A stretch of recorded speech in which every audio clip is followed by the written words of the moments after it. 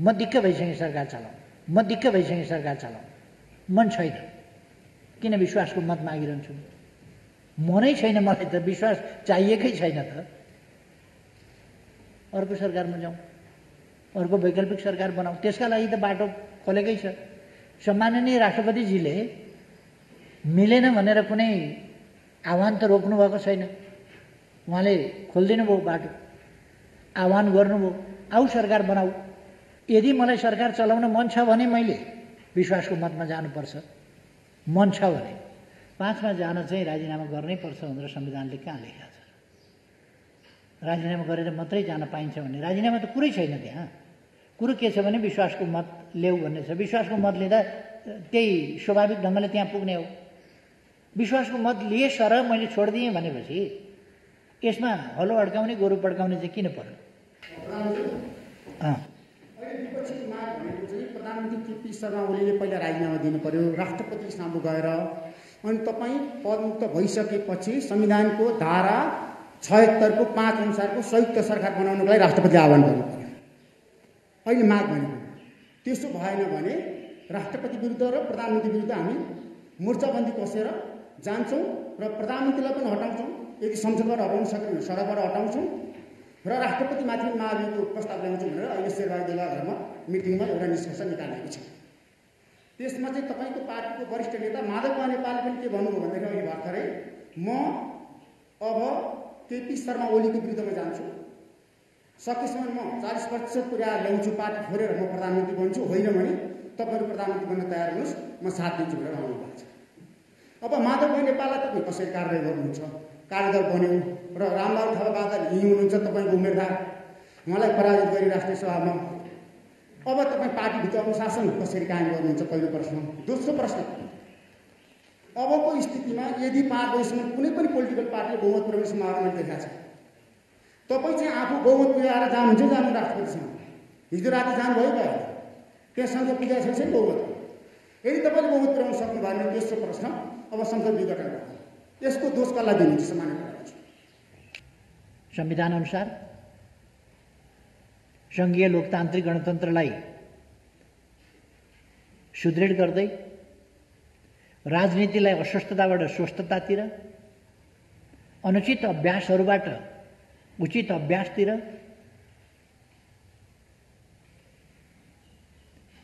संसदीय गणितको गोटी सारे झैँ उर्तिर पर्तिरका खेलको चङ्गुलबाट राजनीति मुक्त हुने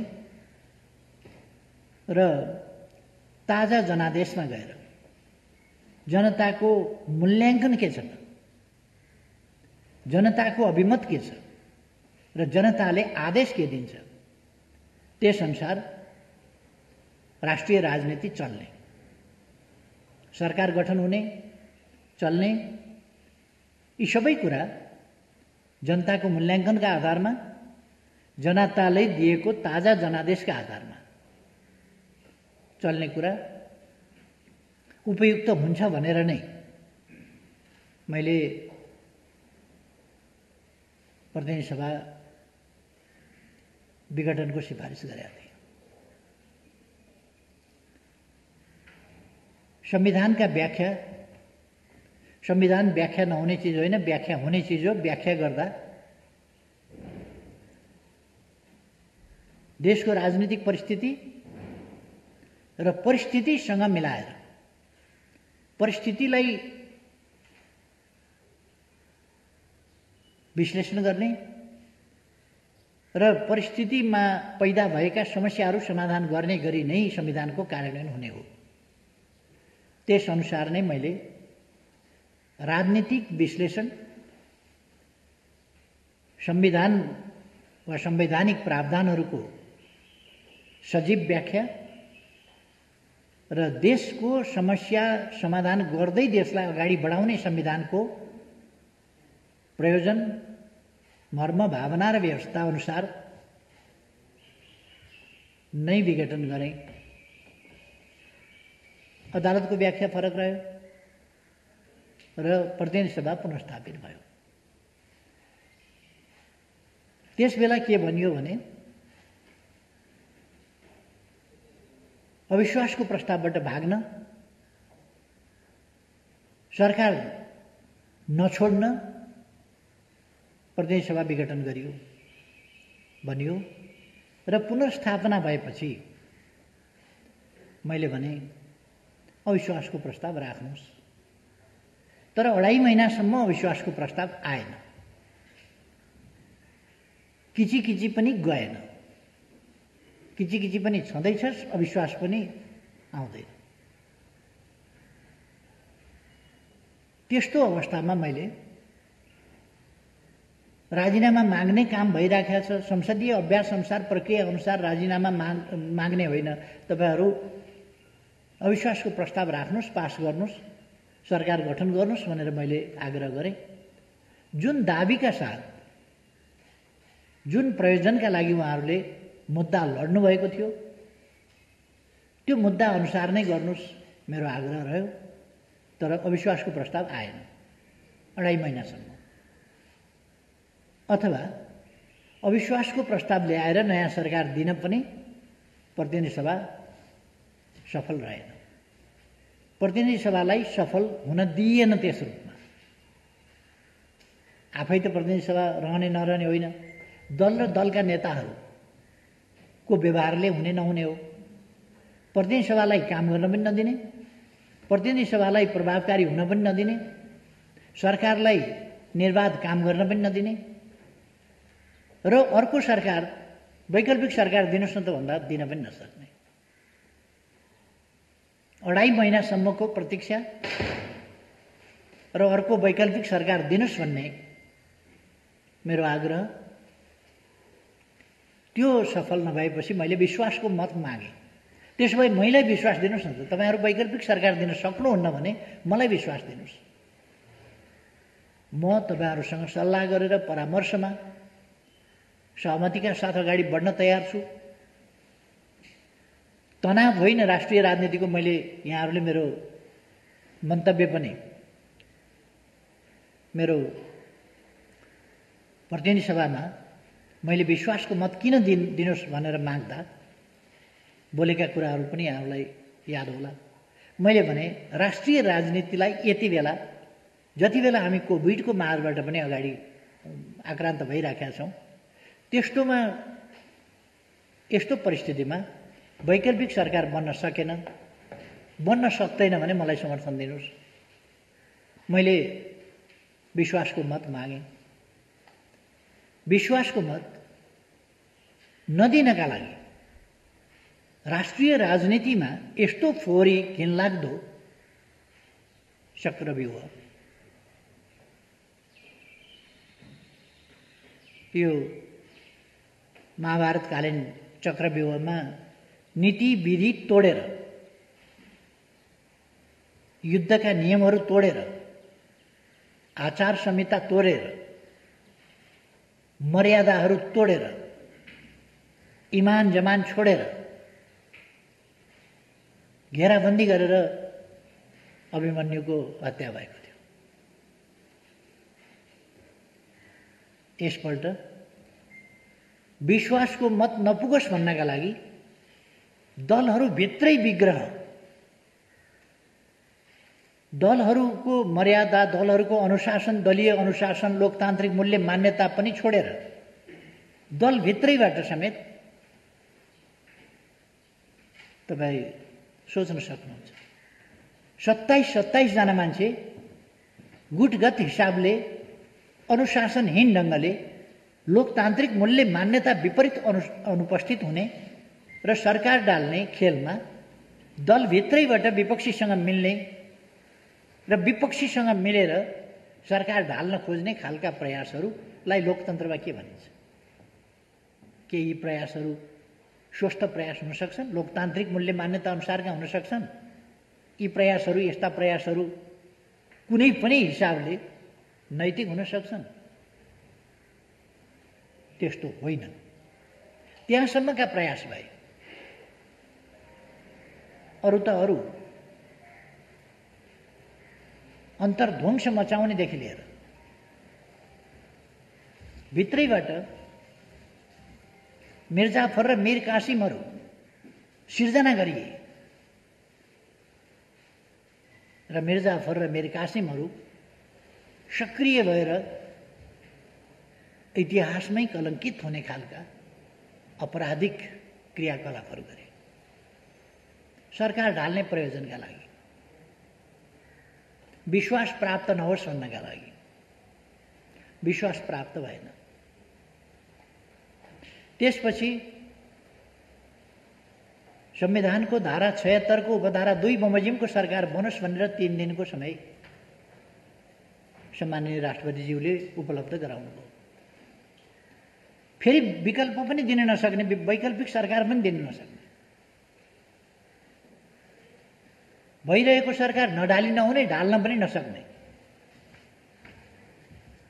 त्यसलाई काम गर्न पनि नदिने, अर्को सरकार बनाउनुहोस् भन्दा अर्को सरकार पनि नबनाउने। अनि विश्वासको मत लिँदा यहाँहरूलाई सम्झना होला, विश्वासको मत प्राप्त गर्दिन भन्ने थाहा हुँदाहुँदै विश्वासको मत लिन किन आएको? यहाँ किन यो नाटक मञ्चन गरेको? विश्वासको मतको पाउँदिन भन्ने त थाहा थियो। यो विपक्षी दल होस् या अरू सरकारमा असहभागी विपक्षीहरू हुन्, प्रमुख प्रतिपक्षले पनि त्यही भाषा बोल्यो। पाउँदिन भन्ने थाहा हुँदाहुँदै किन आएको? अरू विपक्षी दलहरूले पनि त्यही बोले, पाउँदिन भन्दा भन्दै किन आएको?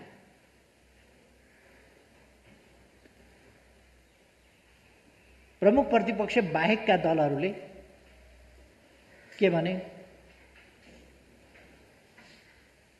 तपाईले यो संसदमा विश्वासको मत लिन नैतिक हिसाबले पनि आउन मिल्दैन। अब 76-2 को सरकार पनि बनेन। मैले चाहेर होइन, संविधानले मलाई फेरि प्रधानमन्त्री, अब कसैलाई मन नपर्नु, कसैलाई रिस उठ्नु, कसैलाई बढी त्यो अप्रिय कुरा लाग्नु बेग्लै कुरा हो, तर संविधानले त्यही भन्छ, 76-2 अनुसारको सरकार बनेन भने 3 को बनाऊ। 3 को सरकार बनाए, 1 महिना समय छ, 1 महिनाभित्र विश्वासको मत लिन सकिन्छ। तर मलाई थाहा छ अस्ति भर्खर अविश्वासको प्रस्ताव राख्न सक्ने अवस्थामा विपक्षी राजनीतिक दलहरू छैनन्। त्यो 2.5 महिनाको अभ्यासबाट देखियो।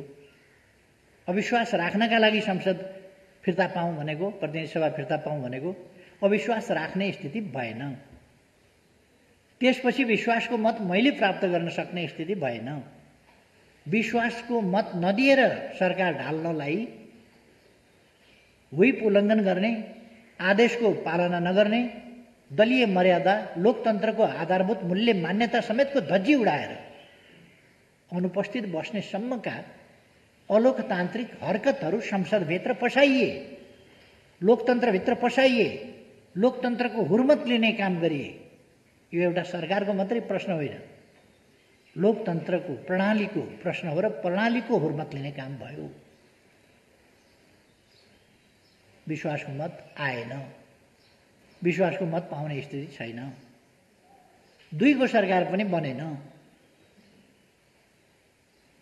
अब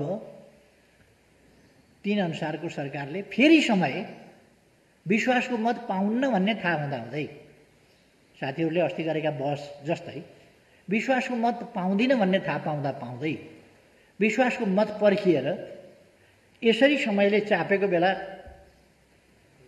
नीति कार्यक्रम बजेट, अरूभन्दा पनि बजेट जेठ 15 गते त ल्याउनै पर्छ सरकारले। त्यसकारण वैकल्पिक सरकार बन्ने अवसर दिने हो भने तत्काल दिन जरुरी छ। यो त कसैको अधिकार खोजेको कुरा त होइन नि। मैले भने मार्ग प्रशस्त गरिदिएको छु, मैले मार्ग प्रशस्त गरेको छु। अर्को सरकार बनाउनका लागि वैकल्पिक सरकार बनाउन आह्वान गर्ने, समय दिने काम सम्माननीय राष्ट्रपतिज्यूबाट होस्।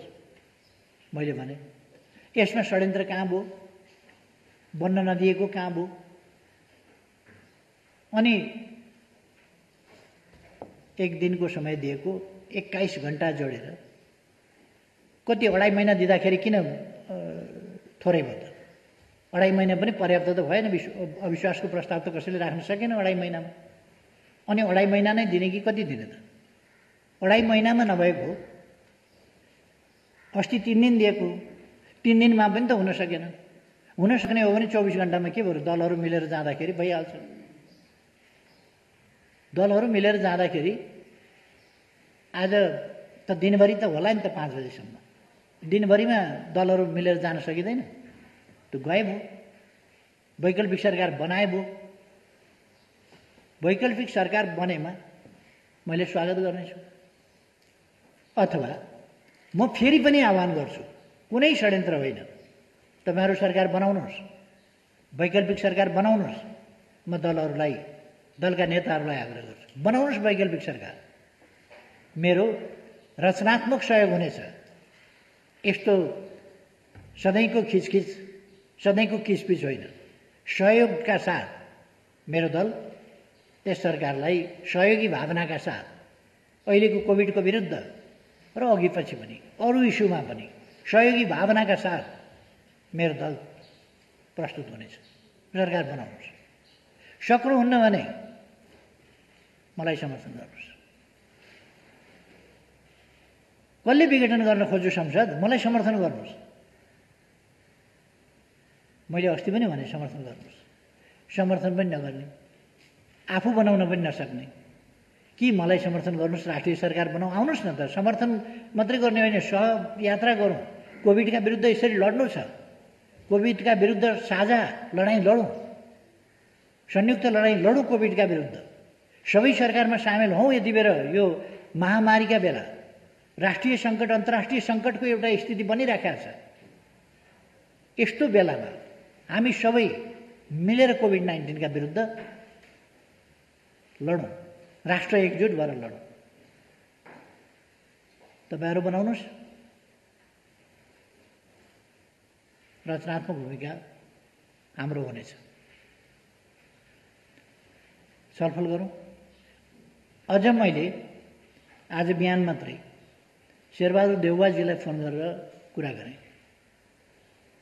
तपाईहरु सरकार बनाउनुहोस्, हामी प्रतिपक्षमा बसेर शान्त, संयमित र सहयोगी भूमिकाका साथ प्रस्तुत हुनेछौँ। तपाईहरु बनाउनुहोस् सरकार।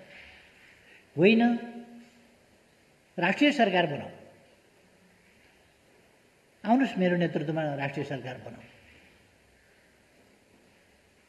मैले सबैलाई समेटेर साझा समस्याका विरुद्ध लड्नका निम्ति भूमिका खेल्नेछु। मैले अर्को पनि भने, तपाईहरु राष्ट्रिय राजनीतिलाई विभाजित बाटोमा लाने मात्रै प्रयास नगर्नुहोस्। यदि तपाईहरुको उपयुक्त विकल्प केही छ भने त्यो प्रस्तुत गर्नुहोस्, म त्यसमा पनि उपन्छु। उपयुक्त विकल्प केही छ भने प्रस्तुत गर्नुहोस्। कमसेकम हिम्मतका साथ विकल्प यो हो, यस विकल्पमा संयुक्त रूपले जाउँ भनेर भन्नुहोस्। त्यो पनि उहाँहरू गर्न नसक्ने। उहाँहरू पोलिटिक्सलाई, राजनीतिलाई कन्फ्रन्टेसनतिर, तनावतिर, परस्परमा घृणातिर, हिजोदेखि आजसम्म बोलिएका, हिजो बेलुकादेखि आजसम्म बोलिएका हामी भाषाहरू हेरौँ। कस्ता भाषा, गाली गलौज। संविधान के भयो? कसले थिचोमिचो गर्यो संविधानमाथि? वैकल्पिक सरकार बनाउन छोडिदिँदाखेरि पनि संविधानमाथि थिचोमिचो हुन्छ, मार्ग प्रशस्त गरिदिँदाखेरि पनि थिचोमिचो हुन्छ। कन्क्लुजन त्यही हो। अनि म लिन्न, मैले हात उठाएँ, म हार्छु। विश्वासको मत लिएँ भने म हार्छु, हारेपछि 5 मा जाने हो। अब 5 मै जाने हो भने जाउँ नि त 5 मै। त्यसैबाट तपाईहरु सरकार बनाउनुहोस् र नीति कार्यक्रम बजेट सबै पेश गर्नुहोस् भन्ने कुरा के यो संघीय लोकतान्त्रिक गणतन्त्र विरुद्ध हुन्छ? के यो लोकतन्त्र विरुद्ध हुन्छ? के यो संविधान विरुद्ध हुन्छ? के यो आजको आवश्यकता विरुद्ध हुन्छ? के कोभिडका विरुद्ध संयुक्त ढङ्गले लड्ने हाम्रा आवश्यकताका विरुद्ध हुन्छ? यो राष्ट्र यति बेला तनावतर्फ होइन, तनाव शिथिलीकरण र एकताबद्ध भएर अगाडि जानुपर्ने बेला। तनाव मात्रै किन गर्ने? कोही राष्ट्रपतिलाई महाअभियोग लगाउनुपर्छ भनेको छ। राष्ट्रपतिलाई महाअभियोग लगाउने आक्रोश कुण्ठा अथवा के हो यो? राष्ट्रपतिलाई हामीले संविधानमा के अधिकार दिएका छौँ? प्रधानमन्त्रीमाथि ल्याऊ न, अविश्वास प्रस्ताव ल्याऊ, बहुमत ल्याऊ, बनाऊ, सरकार बनाऊ भनेकै छ त। अविश्वास प्रस्ताव पनि ल्याऊ भनेको, अर्को सरकार बनाऊ भनेकै हो। अहिले पनि भनेको छ वैकल्पिक सरकार बनाऊ भनेर साथीहरूलाई भनेको छ। अनि प्रधानमन्त्रीले संविधानमा लेखेको कुरा के छ भने प्रधानमन्त्रीले जे सिफारिस गर्छ, मन्त्री परिषदको सिफारिस प्रधानमन्त्रीद्वारा जे राष्ट्रपति कहाँ जान्छ त्यही राष्ट्रपतिले गर्नुपर्छ। अनि राष्ट्रपति माथिको आक्रोश किन? यो गणतन्त्र विरुद्धको खेल हो। यो राष्ट्रपतिको विरोध, गणतान्त्रिक संस्था, गणतान्त्रिक प्रणाली र गणतन्त्रको सर्वोच्च संस्था, गणतन्त्रको प्रतीक हो राष्ट्रपति। राजतन्त्रको प्रतीक हुन्छ राजा, गणतन्त्रको प्रतीक हुन्छ राष्ट्रपति। राष्ट्रपति राजतन्त्रमा हुँदैन, राजा गणतन्त्रमा हुँदैन। त्यस अवस्थामा राष्ट्रपतिको हुर्मत लिने काम, राष्ट्रपतिको अपमान गर्ने काम, राष्ट्रपति संस्थाको मर्यादा घटाउने काम आफ्नो पार्टीको भएन वा आफ्नो स्वार्थ अनुसार भएन भने राष्ट्रपतिका संवैधानिक सीमा र काम कर्तव्यहरू त बुझ्न पर्छ होला नि। अर्को, हामी कस्तो सभ्य असभ्य के समाज निर्माण गर्न खोजिरहेका छौँ? हामीले सभ्य समाज निर्माण गर्नु पर्दैन। म जवाबदेही छु प्रधानमन्त्रीको हैसियतमा। मैले गरेको सिफारिसप्रति म जवाबदेही छु। पहिले पनि म जवाबदेही थिएँ, मैले गरेको हो। अहिले पनि म जवाबदेही छु, मैले गरेको हो। राष्ट्रपति समक्ष सिफारिस। र यहाँ संविधानको व्याख्या गर्ने स्वतन्त्र न्यायपालिका होला। पहिले पनि संविधानको व्याख्या गरेको देखिएको छ। वैकल्पिक सरकारका लागि मार्ग प्रशस्त गरेर सरकार बनाउनुहोस् भन्दा कसरी वैकल्पिक सरकारको बाटो थुनेको हो र छिकेको हो र? यो बाटो खोलिदिएको छ। अहिलेको सरकारका विरोधीहरूलाई एकजुट भएर यो सरकारलाई विस्थापित गर्ने बाटो खोलिदिएको छ। गर्नुहोस्, एकजुट भएर विस्थापित गर्ने बाटो खोलिदिएको छ नि, त्यो गर्नुहोस्।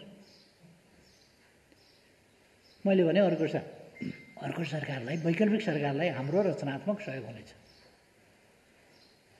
हामी त्यस सरकारप्रति असहिष्णु अथवा त्यसलाई कुनै ढङ्गले नकारात्मक ढङ्गले हेर्दैनौँ। यो संवैधानिक प्रक्रिया हो। यो लोकतन्त्रमा यस्तो हुन्छ। किन यस्तो आवेश उत्तेजनाको राजनीतिमा साथीहरू जानुहुन्छ, दलहरू जानुहुन्छ, नेताहरू जानुहुन्छ, प्रतिगमन देख्नुहुन्छ भने जस्तो भएन भने प्रतिगमन।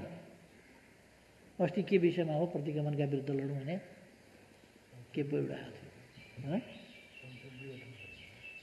होइन? यो अस्ति भर्खर के हुँदाखेरि हो? शपथ। सरकार बन्यो, मैले शपथ ग्रहण गरेँ, प्रतिगमन भयो। सबै जनता, जान्ने सुन्ने बुद्धिजीवी पत्रकार सबैजना मिलेर, राजनीतिक दलहरू मिलेर, सबै मिलेर प्रतिगमन भयो देशमा। केपी ओलीले शपथ लियो, फेरि शपथ लियो, प्रतिगमन भयो, लडौँ प्रतिगमनका विरुद्ध भन्ने आह्वान हो। ताज्जुब लाग्छ। कसले शपथ ग्रहण गर्यो भने, को प्रधानमन्त्रीमा नियुक्त भयो भने क्रान्ति हुने, यही संविधान अन्तर्गत होला। कसले शपथ लियो भने प्रतिगमन हुने, प्रतिक्रान्ति हुने। ती मान्छेले लोकतन्त्र सिकाउने जो लोकतन्त्रका विरुद्ध लडेर लोकतन्त्रलाई पराजित गर्न नसकेर लोकतन्त्रले पराजित गरेपछि लोकतन्त्रलाई आधा मनले स्वीकारेर चलिरहेका छन्, तिनै मान्छेले लोकतन्त्र पढाउने।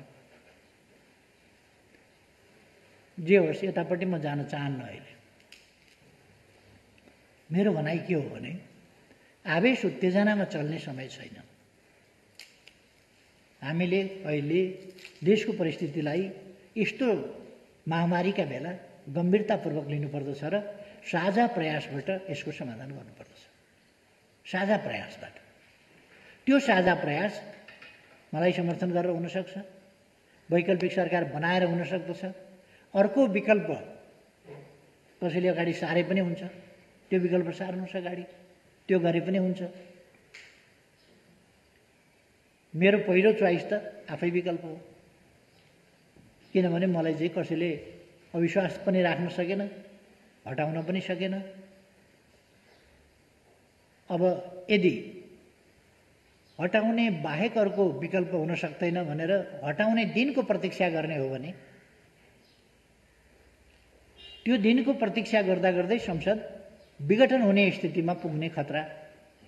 किन यो 2-3 मा पुर्याएको त उहाँहरूले हो नि, 2 बाट 3, 3 बाट 5 पुर्याएको त उहाँहरूले हो। उहाँहरूले अहिले अत्तो थापेको के भने 4 दिन पछाडि संसद बोलाएर विश्वासको मतमा पराजित भएर जाने हो भने 12-13 गते नयाँ सरकार बनेर बजेट कसरी पेश गर्छ? त्यसकारण यो त छोटो बाटो सजिलो बनाइदिएको छ, यसमा अल्मलिनु पर्ने आवश्यकता छैन। त्यसकारण मेरो चाहिँ पत्रकार साथीहरू मार्फत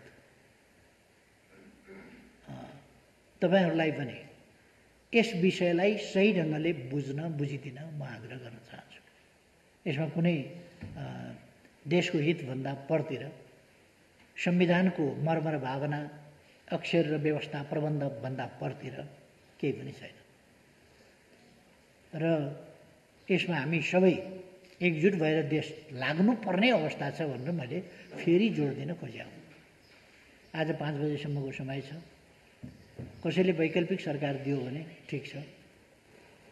म त अहिले पनि भन्छु, कृपया आउनुहोस्, राष्ट्रिय सरकार बनाऊ, सहमतिको सरकार बनाऊ र सहमतिका साथ अगाडि बढौँ, सहमतिका साथ कोभिड-19 जस्ता कुराहरूको सामना गरौँ र देशलाई विकासको बाटोमा अगाडि लैजाउँ, लोकतन्त्रलाई स्वस्थ ढङ्गले सुदृढ गर्दै अगाडि जाउँ। अस्वस्थताको बाटोबाट लोकतन्त्र भनेको एउटा स्वस्थताको प्रणाली हो।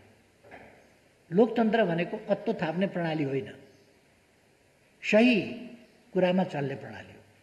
त्यसकारण तथ्य सत्यमा आधारित भएर अगाडि बढौँ, स्वस्थताका साथ अगाडि बढौँ, लोकतन्त्रलाई सुदृढ गरौँ।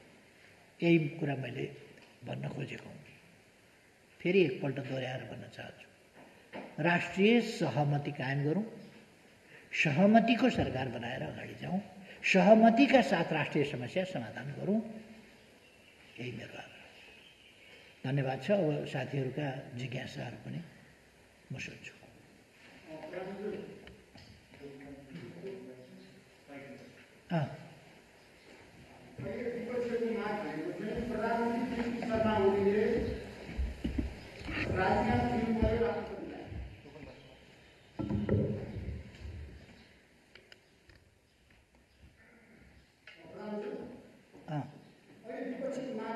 प्रधानमन्त्री केपी शर्मा ओलीले पहिला राजीनामा दिनु पर्यो, राष्ट्रपति सामु गएर अनि तपाईँ पदमुक्त भइसकेपछि संविधानको धारा 76 को 5 अनुसारको संयुक्त सरकार बनाउनको लागि राष्ट्रपतिले आह्वान गर्नु पर्यो।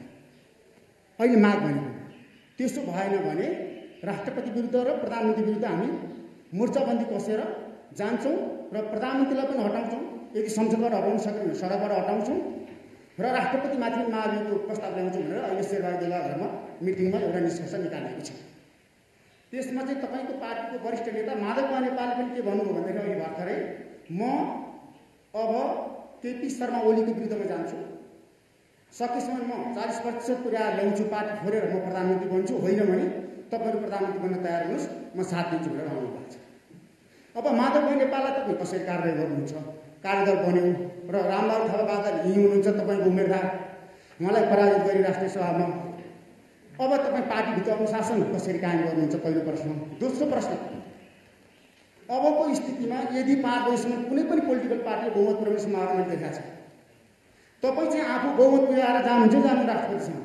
हिजो राति जानुभयो भयो, त्यससँग पुगेको छैन बहुमत।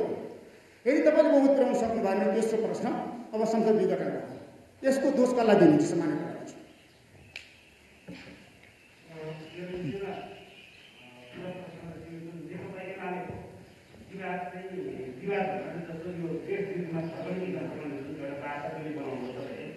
जो निर्वाचन राष्ट्रिय सभाको उपनिर्वाचनपछि अब यो राष्ट्रपतिको अस्तित्व कायम छ कि अब इन्डियनमा आन्दोलन पक्षसँग तपाईँ लिएरै रहनुहुन्छ कि अब प्रक्रिया कुनै हो त्यस प्रश्न राख्नु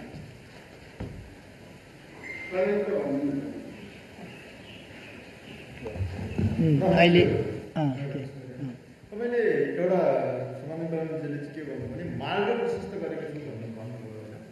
मार्ग प्रशस्त गर्नु भनेको चाहिँ राजीनामा हो कि होइन र मार्ग प्रशस्त गर्दैमा त्यसको चाहिँ राजीनामा नदिँदाखेरि एउटा चाहिँ नि काम चलाउ सरकार तपाईँ भन्न नचाहेको किन र तपाईँले चाहिँ राजीनामा भन्ने कुरा स्पष्ट रूपमा किन भन्नु नखोज्नु भएको र त्यो आधारमा तपाईँले चाहिँ यदि राजीनामा भनेर भन्न नसकेको आधारमा तपाईँले फेरि अरू दिन किन पर्खिनु सक्नु भएन? तपाईँलाई बजेटको पिर रहेछ, तपाईँलाई नित्यता कार्यक्रमको समस्या रहेछ, अथवा तपाईँलाई देशमा त्यो चाहिँ गैर संवैधानिक हुन्छ अथवा नियम विपरीत हुन्छ भन्ने लागेको छ भने तपाईँलाई अझै समय थियो। तपाईँ किन अप्ठ्यारोमा पार्नुभयो त्यो पनि ठिक छ, तपाईँले आफ्नो राजनीतिक फाइदाको लागि तपाईँले गर्नुभएको निर्णय ठिक छ। तर यो मार्ग प्रशस्त भन्ने कुरा चाहिँ संविधानमै नभएको यो नयाँ कुरा कसरी ल्याउनु? तपाईँ राजीनामा दिनुपर्ने कुरामा मार्ग प्रशस्त मात्रै कसरी गर्नु? अहिले यतिबाट जाउँ। एउटा सोधिहाल्छु। अच्छा, यो यहाँले चाहिँ राष्ट्रिय सरकारको कुरा गर्नुभयो। राष्ट्रिय सरकार भने चाहिँ यहाँकै नेतृत्वमा मात्रै हुनसक्छ कि अरू कसैको नेतृत्वमा तपाईँ राष्ट्रिय सरकारमा जान तयार हुनुहुन्छ?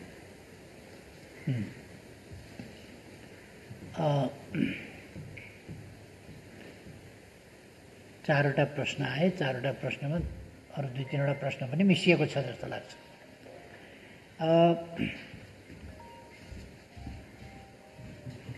पहिलो कुरा मातृकाजीको प्रश्नबाट जाउँ कि जस्तो लाग्यो मलाई। एउटा जेठ 2 गते फर्किने या नेकपा एमाले भित्रको समस्या कसरी समाधान गर्ने भन्ने, एमाले भित्रको समस्या यो राष्ट्रिय चासो सरकारको विषय हुनुपर्ने थिएन यदि प्रणालीमै घात गर्ने स्तरमा हुँदैनथ्यो भने, प्रणालीकै धज्जी उडाउने खालको हुँदैनथ्यो भने, प्रणालीका मूल्य मान्यता नै धज्जी उडाउने खालको हुँदैनथ्यो भने। र यो त कस्तो हो भने सामान्य एउटा इस्युको कुरा होइन, कर्णालीमा फ्लोर क्रस गराए। संसदीय व्यवस्थामा फ्लोर क्रस गर्ने कुरा लोकतन्त्रमा अस्वाभाविक, असाधारण, अनैतिक र अपराधपूर्ण मानिन्छ, दण्डनीय मानिन्छ दलीय हिसाबले। कर्णालीमा त्यही हो। त्यसै गरी रामबहादुरजी यहीँ हुनुहुन्छ, पार्टीले उहाँलाई उम्मेदवार बनायो र हाम्रै पार्टीभित्रका केही मानिसहरू विपक्षीहरूसँग मिलेर साँठगाँठ गरेर त्यो साँठगाँठको अगुवाईकर्ता भएर स्वतन्त्र व्यक्तिको रूपमा एउटा पार्टी कार्यकर्तालाई बागी विद्रोही बनाएर पदको प्रलोभनमा उसलाई पनि इमान आदर्शबाट च्युत गराएर, यो नेताहरूले गराउनु हुने काम होइन। कार्यकर्तालाई प्रलोभन दिएर, पदको प्रलोभन देखाएर आदर्श च्युत गराउने यो अत्यन्तै अनैतिक काम, त्यो गराएर आफ्नो पार्टीको क्यान्डिडेटलाई हराएर, त्यो आफ्नै इनिसिएसनमा हराएछ, अरूलाई पनि समेट्ने काम त्यहीँबाट भएको छ। र समानान्तर कमिटीहरू बनाउनेदेखि लिएर पार्टीको कसरी ध्वस्त गर्न सकिन्छ, पार्टीका सांसदहरूलाई अनुपस्थित गराएर सरकार ढाल्ने प्रयास सबैले देखाएको छ। केपी ओली अलिकति कतै मन पर्दैन भने कसैलाई मन पर्दैन होला, तर पनि यो कुरा अनुपस्थित गराउने कुरा, सङ्गठित ढङ्गले अनुपस्थित गराउने कुरा लोकतान्त्रिक प्रणाली र आचरण अनुसार भएन भन्ने कुरा त लोकतन्त्र मान्ने मान्छेले त भन्नुपर्छ होला, भन्नुपर्ने विषय होइन र? यो कसैले भन्नुपर्ने कसैले भन्न नहुने विषय हो र। एउटा स्ट्यान्डर्ड त राख्नु पर्ला नि, एउटा मापन त हुनु पर्ला नि। त्यो कुनै मापक नहुने, कुनै स्ट्यान्डर्ड नहुने र लोकतन्त्र भनेको छाडातन्त्र, अराजकतन्त्र त्यो त होइन। लोकतन्त्र भनेको त एउटा अनुशासित व्यवस्थित प्रणाली हो। लोकतन्त्र भनेको कानुनको राजमा चल्ने प्रणाली हो, त्यसलाई धज्जी उडाउने काम। यसको समाधान हामी गर्छौँ र पार्टी तपाईँले सोधे जस्तै पार्टी अनुशासनहीन र अराजकतामा पार्टी चल्दैन। त्यसकारण पार्टीलाई अनुशासनहीनता र अराजकताको यो फोहोरी खेल मैदान जस्तोबाट एउटा सिद्धान्त आधारित, सिद्धान्तनिष्ठ, गन्तव्यनिष्ठ, सङ्गठित, अनुशासित, सक्रिय संस्थाको रूपमा विकास गर्नुपर्छ। त्यो काम नेकपा एमाले गर्नेछ भन्ने कुरा म जानकारी गराउन चाहन्छु। दोस्रो, सर्वोच्च अदालतको फागुन 23 गतेको फैसलाले अर्कोको नाममा पहिले जेठ 3 गते पार्टी दर्ता गर्दा भइरहेको अर्काको नाममा दर्ता गरिएछ। अर्काको नाममा दर्ता भएपछि नाम जुदाएर दर्ता गर्न कानुनले मिल्दैन। नमिलेपछि दर्ता खारेज भयो। फागुन 23 गतेको फैसलाले दर्ता खारेज भयो। दर्ता खारेज भएपछि पार्टीहरू दर्ता पूर्वको स्थितिमा फर्किए। सर्वोच्च अदालतले पार्टी फुटाइदियो भन्ने कुरा होइन, दर्ता पूर्वको त्यो। किन दर्ता चाहिँ सदर हुन सकेन अर्काको नाममा भएको हुनाले सदर नभएपछि दर्ता पूर्वको स्थितिमा फर्किए। दर्ता पूर्वको स्थितिमा फर्किएपछि अदालतले भन्यो, निर्वाचन आयोगलाई आदेश दियो कि फेरि अरूसँग नजुदाइकन नयाँ नाम लिएर आउने समय देऊ। निर्वाचन आयोगले 15 दिनभित्र नयाँ नामका साथ दर्ता गर्न आऊ, पुनः दर्ता गर्न आऊ भन्यो। त्यसपछि मैले सर्वोच्च अदालतले दर्ता खारेज गरेको हुनाले पुनः दर्ता गर्नु पर्यो। पुनः दर्ता गर्न जाने कि नजाने कमसेकम हामी सल्लाहसँगले गरौँ। मैले प्रचण्डजीलाई फोन गरेँ। तपाईँहरू सबैलाई थाहा छ, प्रचण्डजीले मेरो फोनको धज्जी उडाएको, माखौल उडाएको तपाईँहरूलाई थाहा छ। मलाई उनसँग भेट्न कुरा गर्न मन छैन भनेको। जब भेट्न कुरा गर्न मन छैन, टेलिफोन गरेर कुरा गरौँ, भेटौँ भन्दाखेरि त्यसलाई माखौल उडाइन्छ भने फेरि नयाँ नामका साथ दर्ता गर्न जाने मूढ मनस्थिति के रहेछ? कसैले दर्ता गर्न जाने प्रयास गरेको तपाईँहरूले देख्नुभयो? मैले प्रचण्डजीलाई फोन गरेको, मैले माधवजीलाई फोन गरेको, मैले माधवजीलाई भेटेको, प्रचण्डजीलाई भेट्न चाहेको, पटक पटक भेट्न चाहेको। आजसम्म पनि, आज पनि, अघि पनि मैले प्रचण्डजीलाई फेरि फोन गरेँ। प्रचण्डजीबाट फोन आउने गरेको छैन, मैले नै गर्ने गरेको छु। किनभने म प्रधानमन्त्री पनि हुँ, म प्रमुख पार्टीको अध्यक्ष पनि हुँ। त्यसकारण मैले नै गर्नुपर्छ भनेर मैले आजसम्म पनि लगातार गरेको छु फोन। र त्यति बेला पनि मैले 15 दिनको समय हामीलाई निर्वाचन आयोगले दिएको छ भने हामी जाने हो कि होइन? जाने हो भने के नाम लिएर जाने? कसरी फेरि हामी एकजुट हुने? एकीकृत हामी कसरी हुन्छौँ त? हिजो त एउटा बेग्लै परिस्थिति देखा पर्यो। पार्टी कब्जा गर्ने, निकाल्ने, अध्यक्षबाट हटाउने, दलको नेताबाट हटाउने, साधारण सदस्यताबाट समेत हटाउने। त्यो त मौका मिल्दा त ती सबै तमासा त देखिए। तर 23 गतेको दर्ता भदरले, अर्काका नाममा दर्ता भएको हुनाले, दर्ता भदर हुनाले त्यो स्थितिबाट फर्कियो। उहाँहरूले त मेरो त पार्टी सदस्यता भने, पार्टी सदस्यता पनि कमसेकम पार्टी सदस्य भएको 52 वर्षपछि उहाँहरूले मेरो पार्टी सदस्यता त झ्वाम पारिदिनु भएको थियो। त्यसबाट त्यो फैसलाले स्वतः फिर्ता भयो। अरू साथीहरूको पनि त्यस्तै हो। अब जेठ 2 गते पुग्ने भनेको के हो भन्दा दर्ता पूर्वको स्थितिमा फर्किने हो। यसबीचमा भए गरेका कामहरू एकीकरणलाई हामीले अस्वीकार गरे हो र त्यो त लिगल कुरा हो, दर्तापूर्वकको स्थितिमा गयो। हामीले पार्टी एकीकरण गऱ्यौँ, त्यो त सत्य हो। एकीकरण हाम्रो चाहना थियो, हामीले गरेको हो एकीकरण कायम छ। एकीकरणको हाम्रो आकाङ्क्षा पनि कायम छ, हाम्रा प्रयास पनि कायम छन् र त्यो एकीकरण अझ अगाडि बढाउँ भन्ने हाम्रो चाहना हो। तर त्यो अघि बढाउन केही मान्छेहरूले मानेनन्, पुनः दर्ता गर्न जान मानेनन्। माधवजी पेरिस डाँडाबाट एकीकरण भएर कसरी दर्ता गर्न जाने भन्नु भएन। उहाँले आफ्नो आफ्नो पार्टी गरी खाने भन्नुभयो, फर्किनुभयो। प्रचण्डजी एकीकृत भएर जाउँ भन्नु भएन, विदाई गर्नुभयो उहाँले।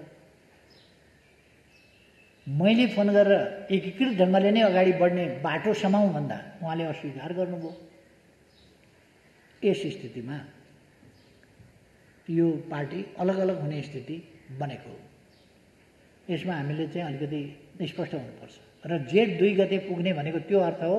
तर जेठ 2 गते पुग्दा स्वाभाविक रूपमा एकीकरण भएको, एकीकरणको प्रक्रिया 3 वर्ष चलेको, एकीकृत पार्टी बनेको, दर्ता मात्रै बदर भएर हामीले नयाँ पार्टी लानुपर्ने ठाउँमा केही साथीहरू नयाँ दर्ता गर्न अनिच्छुक भए। अहिलेको स्थिति के हो भन्दाखेरि कानुनी रूपले दर्ता खारिज भयो र दर्तापूर्वको स्थितिमा पुग्यो। एकीकरण कायम छ, यो पोलिटिकल कुरा हो। एकीकरण कायम छ। केही साथीहरू पुनः दर्ता गर्न जान इच्छा गर्नु भएन, मान्नु भएन, अस्वीकार गर्नुभयो। त्यसकारण पुनः दर्ता माओवादी केन्द्र र एमाले पुनः दर्ता गर्न जाने स्थिति भएन। त्यसो भएपछि अलग अलग नाममा पार्टी बसे, तर एकीकरण कायमै रह्यो। जो दर्ता गर्न जान मन्जुर थियो एक्लै जाने कुरा भएन, एक्लै जान त मिलेन।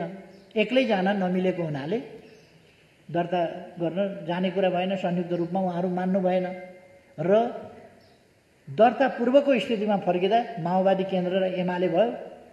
एकीकरण सहित हामीले एमाले नाम मन्जुर गर्नु पर्यो, किन नयाँ नाममा त दर्ता हुन जाने कुरा भएन, पुरानै नाममा फर्कियो।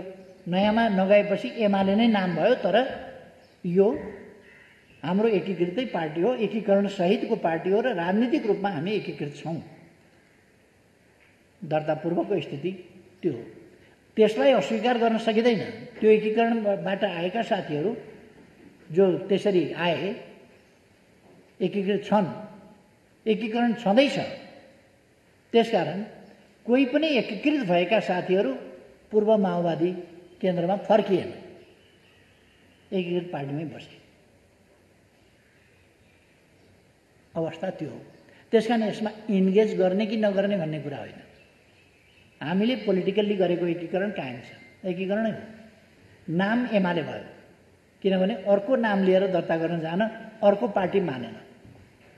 त्यसपछि हामीले नाम अर्को फेरिरहनु पर्ने आवश्यकता भएन, पहिलेकै जुन थियो त्यही भयो। यसमा म त्यो स्पष्ट गर्न चाहन्छु। र हाम्रो इन्गेज गर्ने कुरा होइन। हामीले समस्या समाधान गर्न खोजेका हौँ, तर उहाँहरूको समस्या समाधान गर्ने मनसाय नदेखिएर हिजोसम्म पनि चरम अलोकतान्त्रिक, अनैतिक, अनुशासनहीन काम हिजो मात्रै पनि गर्नुभएको छ। यसप्रति हामी उहाँहरूसँग यसको हिसाब किताब त गर्नैपर्छ, गर्नेछौँ। अब उहाँले उठाउनु भएको थियो 5मा जान चाहिँ राजीनामा गर्नैपर्छ भनेर संविधानले कहाँ लेखेको छ? राजीनामा गरेर मात्रै जान पाइन्छ भन्ने राजीनामा त कुरै छैन त्यहाँ। कुरो के छ भने विश्वासको मत ल्याऊ भन्ने छ। विश्वासको मत लिँदा त्यही स्वाभाविक ढङ्गले त्यहाँ पुग्ने हो। विश्वासको मत लिए सर मैले छोडिदिएँ भनेपछि यसमा हलो अड्काउने गोरु पड्काउने चाहिँ किन पर्यो? विश्वासको मत आएन, विश्वासको मत आउँदैन थियो, आएन, मैले छोडिदिएँ। मैले विश्वासको मत पाइनँ, चाहिएन। अनि विश्वासको मत के, विश्वासको मत पाएन भनेर फेरि एकपल्ट विश्वासको मत पाएन भन्ने कुराको रेकर्ड दर्ज गराउने मनसाय वा त्योभन्दा बाहिर त केही पनि हुँदैन। के हुन्छ र?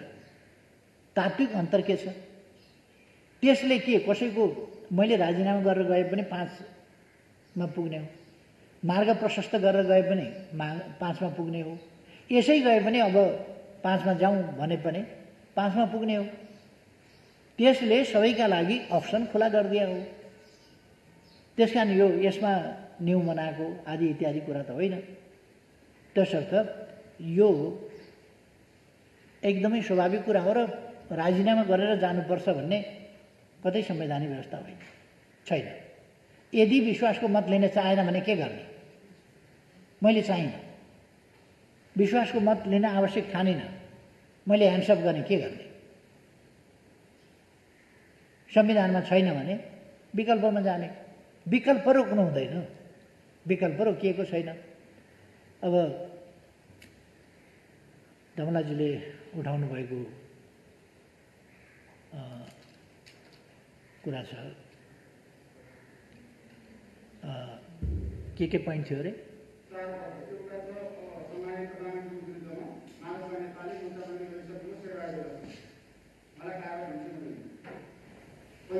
दोस्रो प्रश्न, अब कसैले बहुमत पुर्याएन भने र प्रधानमन्त्रीले बहुमत पुर्याउनलाई पहल गरिदिन गए साँझ 5 बजीसम्म, जसमा सम्पूर्ण वार्ता भइरहेको छ। मन्त्र ठाकुर राज्यमन्त्रीसँग यो राज्य सम्झौता भएर हिजो आएको छ। उहाँलाई सरकारमा तपाईँ फेरि पनि बहुमतकै सरकार बनाउने कि मुलुकलाई चुनावमा लिएर जाने? तेस्रो प्रश्न चाहिँ राष्ट्रपिता महामूललाई माओवादी केन्द्र नेपाली कङ्ग्रेस सहमत भइसकेको अवस्था छ, पहिला कसैले माओवादी र नेपाली कङ्ग्रेस र माओवादी सहमत भइसकेको अवस्था। अनि सहमत हुँदा के हुन्छ? सङ्ख्या दुध उम्लिन्छ। 61 र कति 50, 61 र 49, 110 भयो होइन? अनि 110ले सरकार बन्छ त 121 त मसँग छ। अनि के चिताएको त त्यो? त्यसको केही अर्थ भएन। उहाँहरू मिल्नुभएको, जसपाले उहाँहरूलाई समर्थन गरेको थाहा छैन मलाई। म भनिरहेको छु अहिले पनि, म चुनावमा नलैजाउँ देशलाई, कि वैकल्पिक सरकार बनाउनुहोस् कि मलाई समर्थन गर्नुहोस्। यो पनि मन्जुर छैन, त्यो पनि मन्जुर छैन भने विकल्प के छ त? त्यो पनि अगाडि सार्नुहोस् न त, त्यो पनि अगाडि सार्नुहोस्। अनि उहाँहरूले मलाई लखेट्ने, उहाँहरूले मलाई लखेट्ने, लखेटेको लखेटै गर्ने, अनि मैले किस्तीमा लगेर चढाइदिनु पर्ने। उहाँहरू कुरा गर्न पनि तयार नहुने। म कुरा गरौँ भनिराखेको छु, उहाँहरू त्यो कपडा बुन्ने तानको सटर जस्तो दक्षिण उत्तर गरेर यहाँ बिचमा किन अडिनुहुन्न?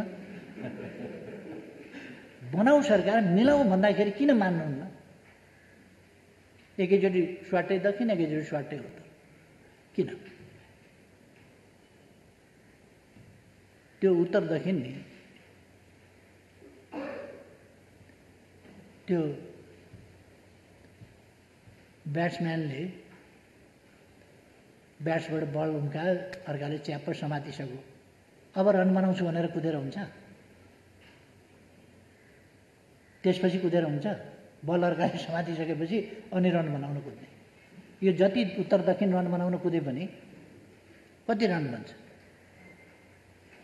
घरमा गएर जोड्न काम लाग्छ, राजनीतिमा काम लाग्दैन। तसर्थ मेरो आग्रह के छ भने, देशलाई चुनावमै गयो देश भने पनि, उहाँहरूले चुनावमै पुर्याउनु भयो भने पनि, यसो पनि नमान्ने त्यसो पनि नमान्ने केही पनि नमान्ने गरेर चुनावमै पुर्याउनु भयो भने पनि आकाश खस्ने कुरा होइन। यो संवैधानिक प्रक्रिया हो, आकाश खस्ने कुरा होइन। त्यो पुग्यो भने स्वतन्त्र निष्पक्ष शान्तिपूर्ण ढङ्गले स्वतन्त्र निष्पक्ष चुनाव गराउनुपर्छ। जनताको अभिमत के हो त्यसबाट आउनुपर्छ। चुनावै भयो भने पनि आकाश खस्छ भन्ने कुरा होइन। तर चुनाव त अब यो मङ्सिरमा नभए अर्को मङ्सिरमा त गर्नै पर्छ। आउँदो फागुनमा त स्थानीय तहको निर्वाचन गर्नै पर्छ। निर्वाचनसँग त हामी एकदमै भागेर पनि त कहीँ पुग्दैन होला नि त। लोकतन्त्रमा निर्वाचन त अनिवार्य छ। निर्वाचन फेस गर्नुपर्छ, जनताको मूल्याङ्कन थाहा पाउनुपर्छ, सामना गर्नुपर्छ जनताको मूल्याङ्कन, र जनताको आदेश, ताजा जनादेश जो जनताको अभिमतबाट प्रकट हुन्छ त्यो स्वीकार्नुपर्छ। जनताको अभिमत एक अवधिका लागि स्वीकार्नुपर्छ, यो सधैँका लागि होइन। 5 वर्ष अहिलेको स्थितिमा 5 वर्ष हामीले जसरी चलाउने भनेका थियौँ त्यसलाई स्वीकारेको भए, प्रचण्डजीले स्वीकारेको भए त यो समस्या आउँदैन थियो नि त। उहाँले स्वीकार्नु भएन। माधव नेपालले जनताको अभिमतलाई स्वीकारेको भए, आफ्नै पार्टी ध्वस्त पार्न उहाँ तयार हुनुभयो। कमसेकम 121 सिट नेकपा एमालेलाई दिएको त जनताको अभिमत हो नि। त्यो कुरा माधव नेपाललाई मन्जुर छैन। उहाँले सकेसम्म धेरैलाई राजीनामा गराएर भए पनि तोड्न चाहनुहुन्छ जनताको अभिमत। जनताको अभिमतको उल्लङ्घन गर्न चाहनुहुन्छ, त्यसलाई भाँचखुस पार्न, धुजा पार्न चाहनुहुन्छ। अनि डेमोक्रेसीका कुरा गर्ने, बिहानै बेलुकै कोटेश्वर धाएर नेकपा एमाले फुटाउन उद्योग गर्नुहुन्छ। अनि लोकतन्त्रका कुरा गर्ने, अस्थिरताको खेती गर्ने, अनि फेरि लोकतन्त्रका कुरा गर्ने, यी कुराहरू शोभनीय हुन सक्दैनन्। अब अघि मैले मातृकाजीको प्रश्नकै जवाफमा भनिसकेँ, यी सबै बिचमा गरिएका पार्टीका आन्तरिक गडबडीहरू, आन्तरिक अनुशासनहीनता र अराजकताका समस्याहरू, तिनको पार्टीले समाधान गर्नेछ। त्यो त पार्टीले, कमिटीले बसेर छलफल गरेर, उहाँहरूसँगै पनि छलफल गरेर सच्चिन सुध्रिन तयार हुनुहुन्छ भने मौका दिएर त्यसरी काम गरिनेछ। तर समस्याहरू समाधान गरिनेछ। अर्को कुरा, नेकपा एमाले देशको प्रमुख राजनीतिक पार्टी, पपुलर भोटको हिसाबले पनि र सिटको हिसाबले पनि जनताले सर्वाधिक मत र सिट दिएको, अर्थात् सर्वाधिक विश्वास गरेको, भरोसा गरेको पार्टीको हैसियतले यसको काँधमा लोकतन्त्रलाई यताउता हुन नदिने, संविधानको रक्षा र कार्यान्वयन गर्ने गराउने, सङ्घीय लोकतान्त्रिक गणतन्त्रात्मक प्रणाली र हाम्रो संविधानले गरेका आधारभूत कुराहरू, व्यवस्थाहरू, यी कुराहरूको रक्षा गर्ने सबभन्दा बढी कर्तव्य पनि आफ्नो काँधमा छ भन्ने ठान्छ र त्यसै अनुसार त्यसको रक्षाका निम्ति यो उभिन्छ।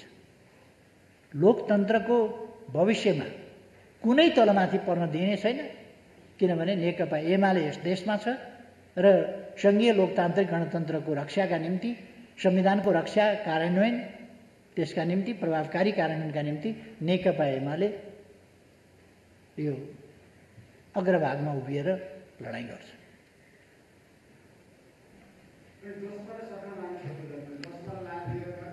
अहिले मैले सबैलाई आउनुहोस् भनिरहेको छु, जसपा मात्रै होइन त सबैलाई सरकारमा आउनुहोस् भनेको छु। यस अमितजी, यस प्लिज।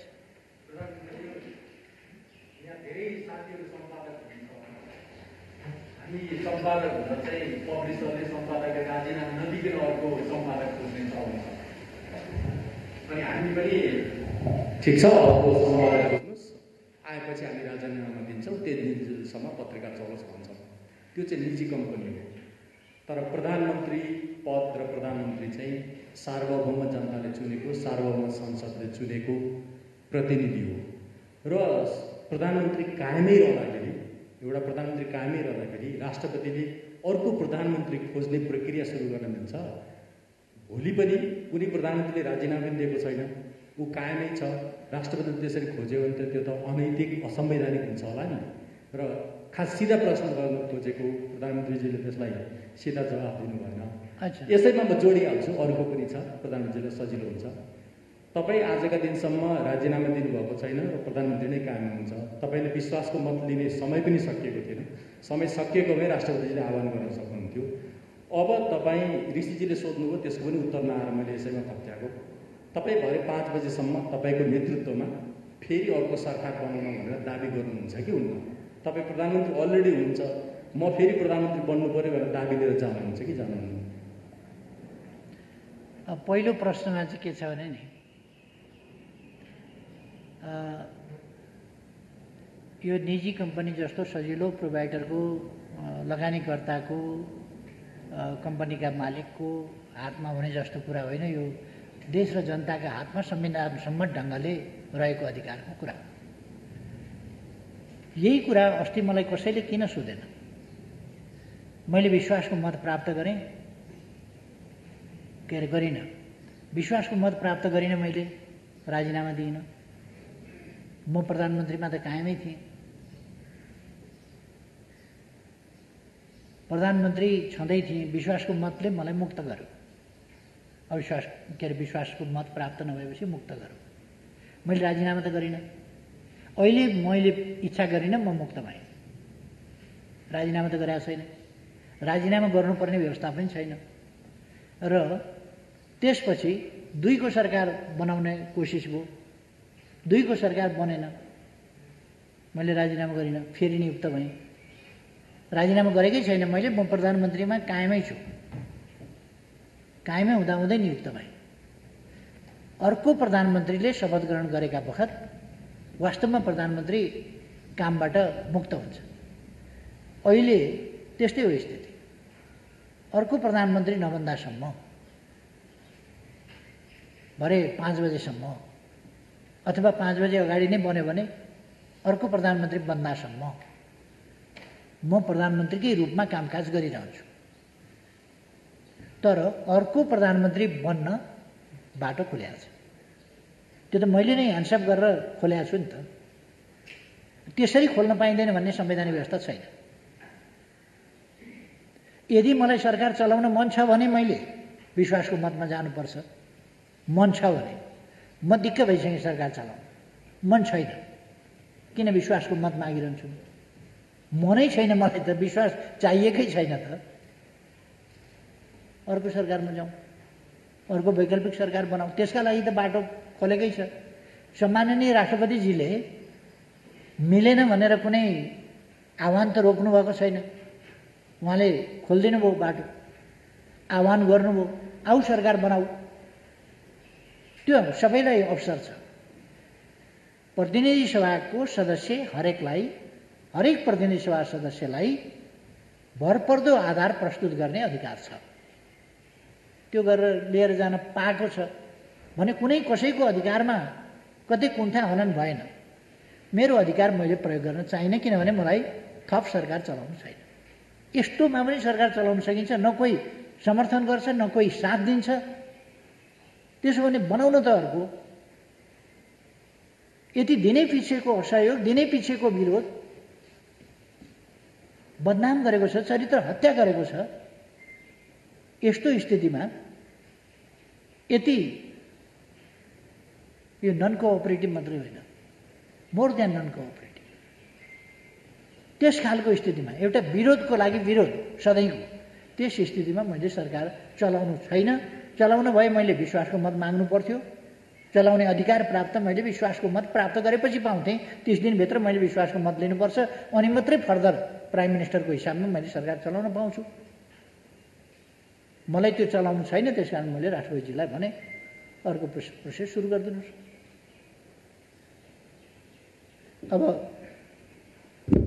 अर्को के थियो अरे?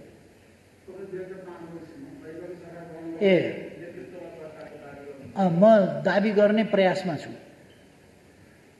किनभने मलाई अरूले समर्थन गरौँ र अरूको समर्थनमा, किन मेरो 121ले त बहुमत पुग्दैन, बहुमत नपुर्याइकन दाबी हुँदैन। प्रतिनिधि सभा सदस्यको हिसाबमा मैले दाबी गर्न सक्छु। अहिलेसम्म चाहेर नचाहेर, अनुपस्थित भएर, जे गरेर, बाहिर जे भने पनि मसँग 121 को स्ट्रेन्थ छ, अथवा मतभार भन्ने चलन छ नि, मसँग 121 मतभार छ प्रतिनिधि सभामा। 121 मतभार मसँग भएको हुनाले अलिक सजिलो होला कि मलाई भनेर म कोसिस गरिरहेको छु।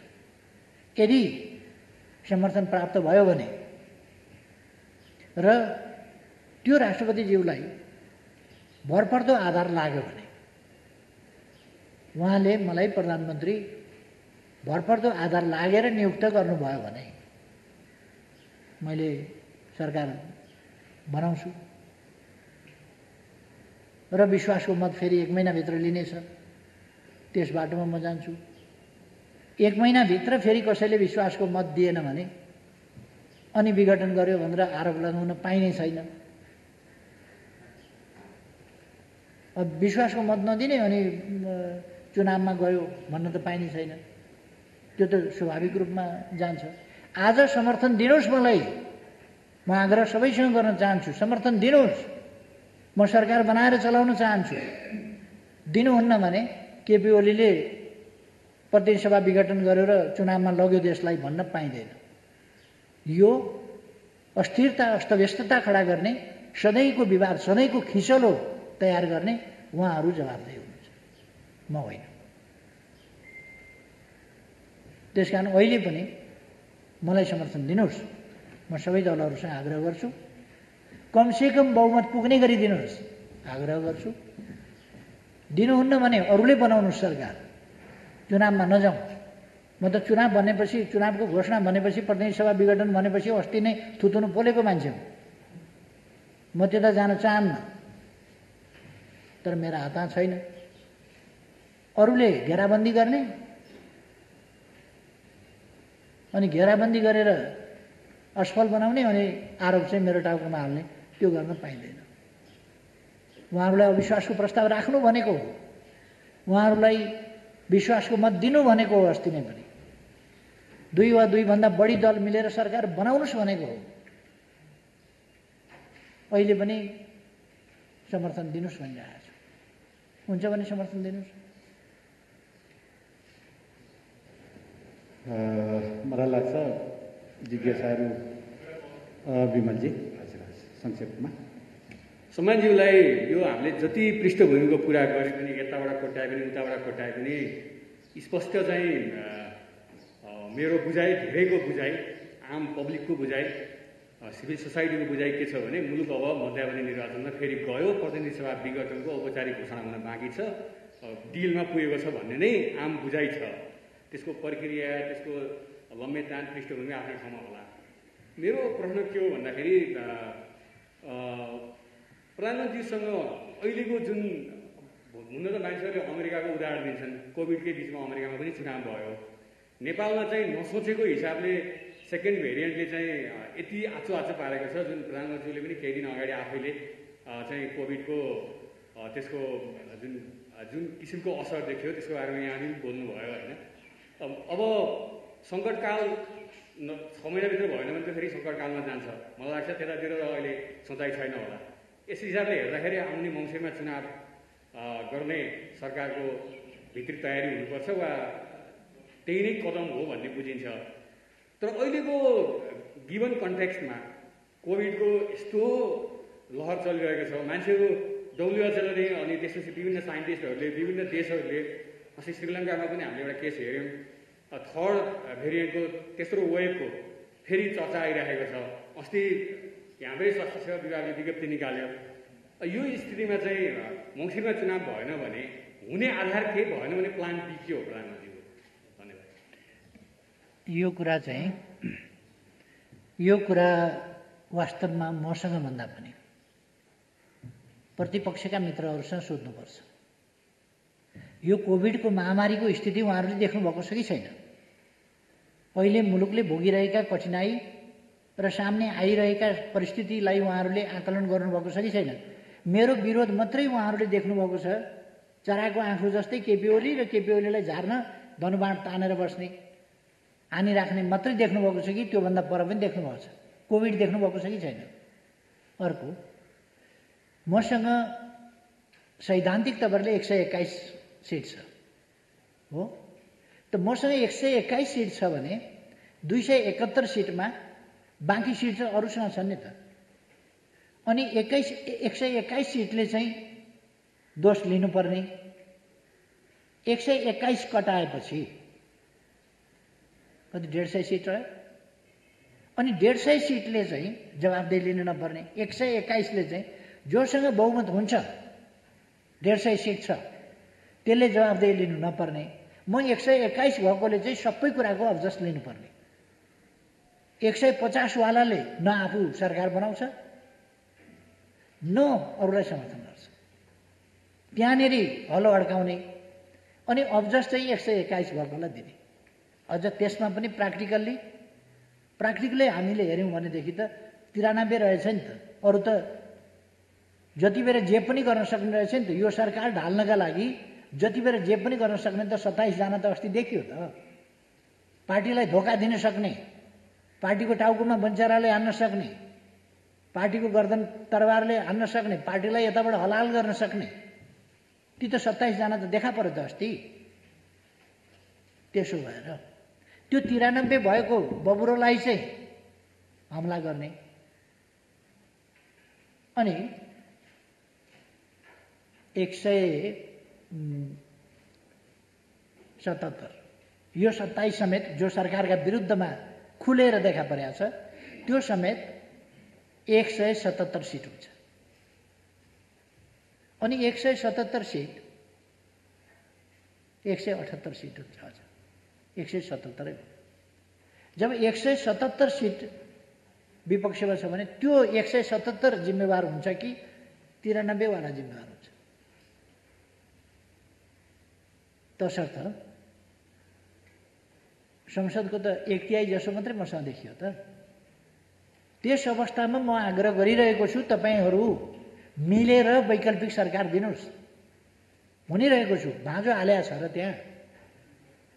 अनि उहाँहरूलाई दोष नहुने, सरकारको योजना यो छ, सरकारको यो छ दृष्टिकोण, उहाँहरूलाई मिल्न नदिएको, उहाँहरूलाई फुटाएको मैले हो।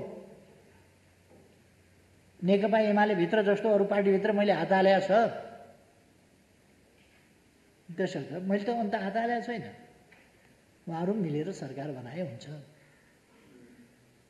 सक्नुहुन्न भने संसद बचाउँ, कठिन अवस्था छ, मलाई समर्थन गर्नुहोस्, मलाई समर्थन गर्नुहोस्। सब अन्तिम बसन्तजीबाट, त्यसपछि टुङ्ग्याउँ पनि होला।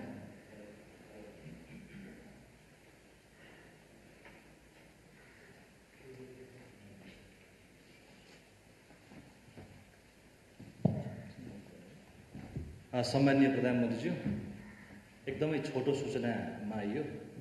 शुक्रबारको दिन अलि प्रेजेन्टेबल जस्तो भइगयो सम्माननीय प्रधानमन्त्रीज्यूको अगाडि, तर छोटोमै सूचना आउँछ प्रायः यहाँबाट आउँदाखेरि।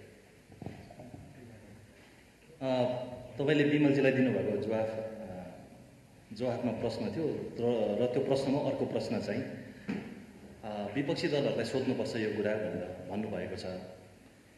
चुनावको विषय तपाईँले भन्नुभएको मितिमा चुनाव भएको हुन्थ्यो, तपाईँको योजनाअनुसार चुनाव भएको हुन्थ्यो भने चाहिँ वैशाख 17 या 27मा चुनाव भएको हुन्थ्यो।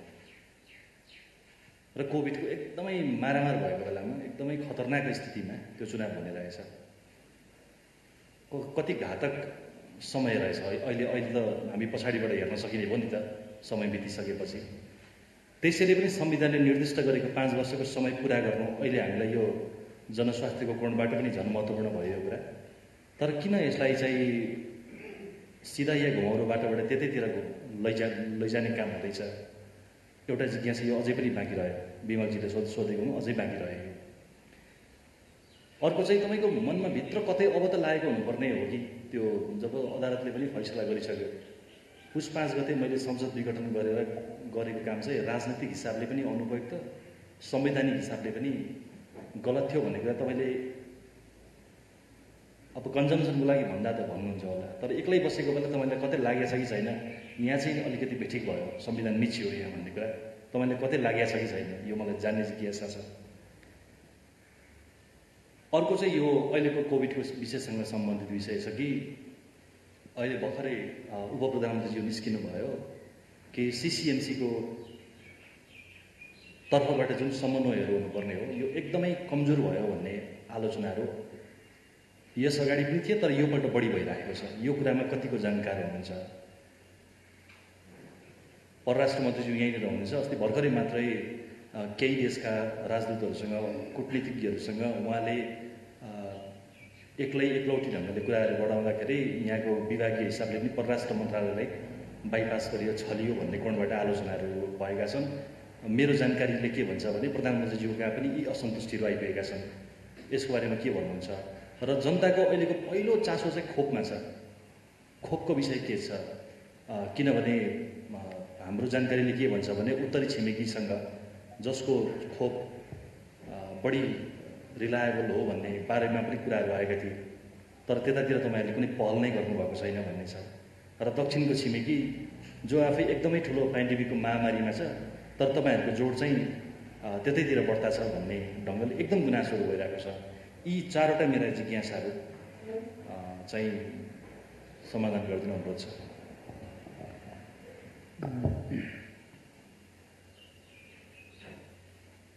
पहिलो त कोभिडकै विषयमा जाउँ।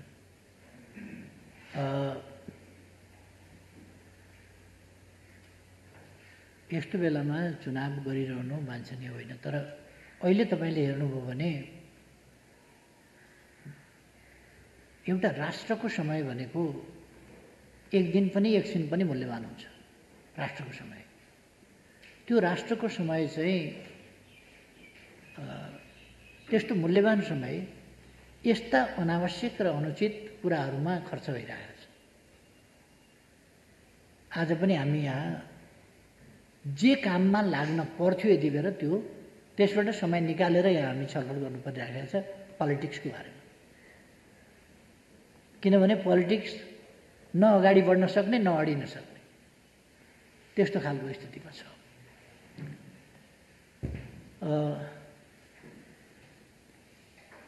हामीले भ्याक्सिन दक्षिण एसियामा भारतभन्दा पछि जो आफै उत्पादक हो ऊभन्दा पछि पहिलो राष्ट्रको रूपमा लगायौँ। त्यसका निम्ति हामीले थप 20 लाख डोजका लागि त्यो एकैचोटि ल्याएर पनि फेरि के हुन्छ भने त्यो समयभित्र लगाउन सकिएन भने त्यो एक्सपायर हुन्छ, फेरि त्यो कामयाब हुँदैन। त्यसकारण हामीले क्रमशः नै ल्याउनु पर्ने हुन्छ। त्यो क्रमशः ल्याउनका लागि हामीले 20 लाख डोज मगायौँ। 20 लाख डोजको पैसा पनि तिर्यौँ। 20 लाख डोजको पैसा तिर्यौँ, 10 लाख डोज आयो, तर 10 लाख डोज बाँकी भयो। यसै बिचमा इन्डियाको अदालतको फैसला पनि हामीलाई थाहा छ, इन्डियालाई नपुगिकन बाहिर नदिनु भन्ने खालको फैसला। जहाँसुकै पनि अभावको एउटा स्थिति र पहिले इन्डियाले पनि यो सेकेन्ड वेभको यस्तो नसोचिकन पनि कतिपय देशलाई दिने भनेर उसले एउटा एग्रिमेन्ट गरेका थियो, तर त्यो अनुसार पछि उसले दिन सक्ने खालको स्थिति भएन। र त्यस सम्बन्धमा अहिले गम्भीरताका साथ कुराकानी भइरहेको छ र हामी प्रयास गरिरहेका छौँ।